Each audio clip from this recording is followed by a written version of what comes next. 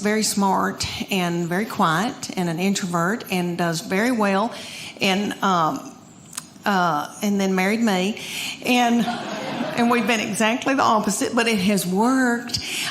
He's a big man. He's 6'4". He can kick a door in, and I like that. He works like a dog, and he loves a baby. Let me tell y'all that he is a baby cuddler at East Tennessee Children's Hospital. He cuddles the drug-dependent babies every week of the world as a volunteer. I know, sweet. He didn't help me with mine.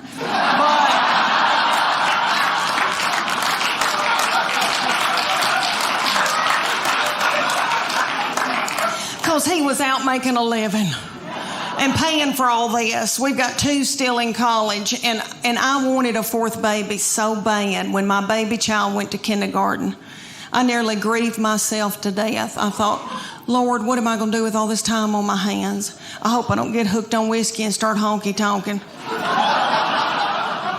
And about 3 weeks into her going to kindergarten, I was like, woohoo! Woohoo! Now I can go get a pap smear without somebody sitting on my head.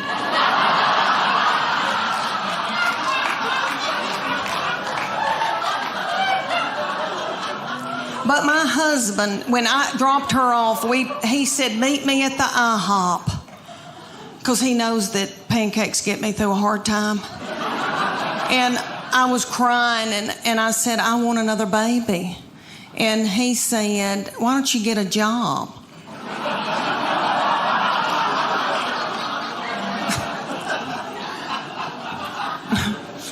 Yeah, right. So I said, I want a 4th baby. And he said, y'all are sucking the financial life out of me. So he bought me a dachshund. I had that dachshund for years. She's gone now. But let me tell you, she and I both got thyroid issues. She had cushions. I was walking her in our neighborhood one day, and a little girl came out in her driveway, and she said, can I pet your groundhog?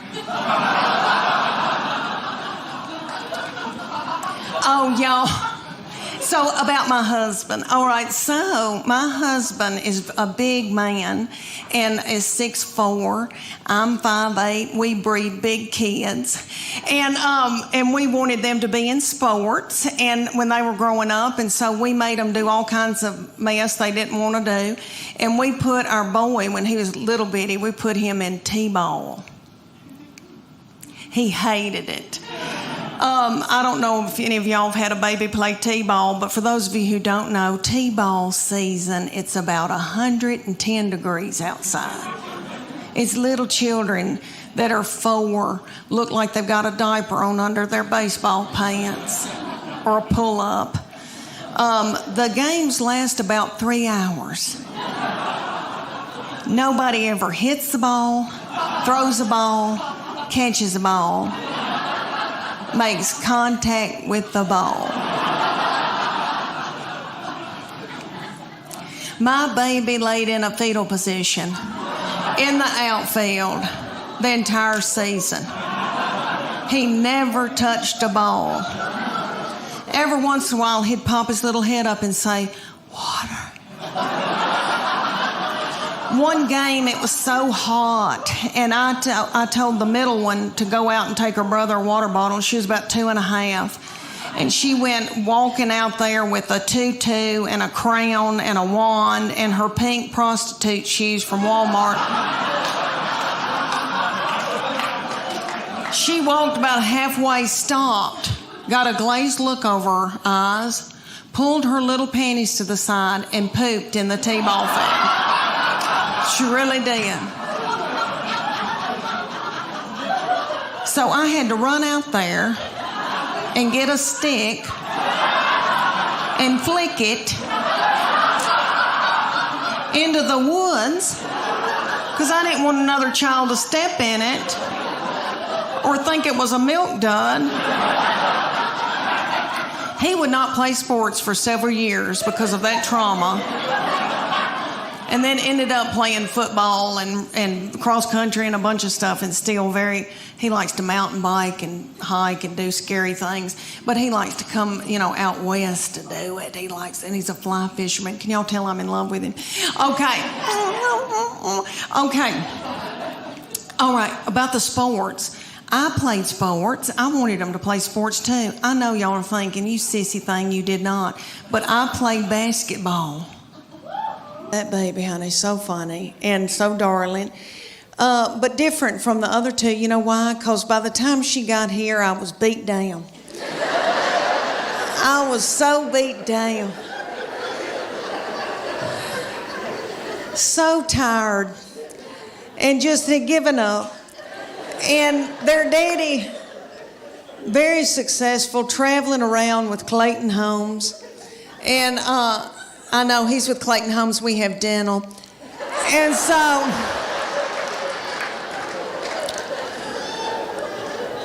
so this baby, let me tell y'all about her. I have treated her different from all the other ones, honey, because... All right, everything that she'd do, like she'd start crying when she's a baby, because babies, the third, fourth, and fifth, they cry, and you just let them. And I'd be like, what's she crying about? She wants your toy? Well, just give it to her.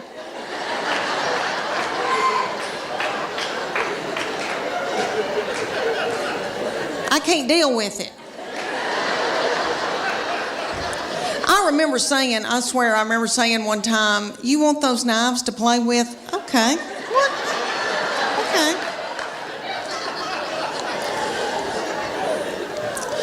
When she was getting her driver's license, so different from when the first one got his. Honey, he got his, and we were so strict with him. We'd say, you can go to school, but you got to call us when you get there.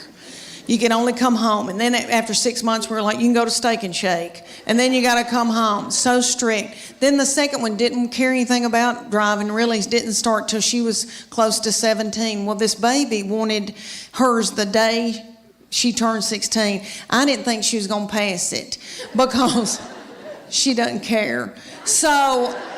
But she did, because she's smart. All right, let me tell you, she's one of those kids that, I know y'all know people like this. Like if I gave her $20 and said, make it to New York tonight, she would do it and have money left over. Like she's, people like that, like got it up. Okay, so she passed that test. I was so mad because I thought, I'm not going to have a baby in the car with me anymore, even though when they're in middle school and high school, isn't that aggravating?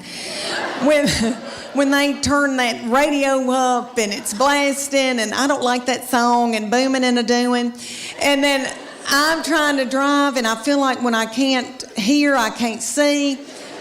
Oh, I don't know. It's awful. But she went and got that darn driver's license, and this is how different it was raising her from the first one and the second one. She got that driver's license. My husband and I were sitting there. They said, you're going to come in here twice a week, learn a 2-minute routine. It's going to cost you $150 a month. It's like, okay. They said, there's a uniform that you're going to order, and it comes to here. It's going to expose her stomach. She's going to have a tiny skirt on with a slit in it with a glitter panty underneath it. It's $300. I said, that's a whore outfit.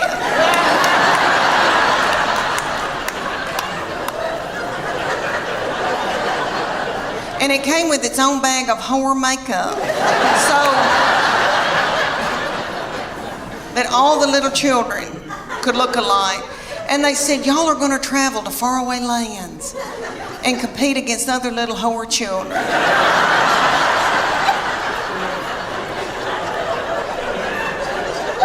So we went to like Cincinnati or Atlanta, and we had to get hotel rooms and the gas and all of that, and then you drive up to a big coliseum, a huge coliseum, and there's tens of thousands of little whore children walking around.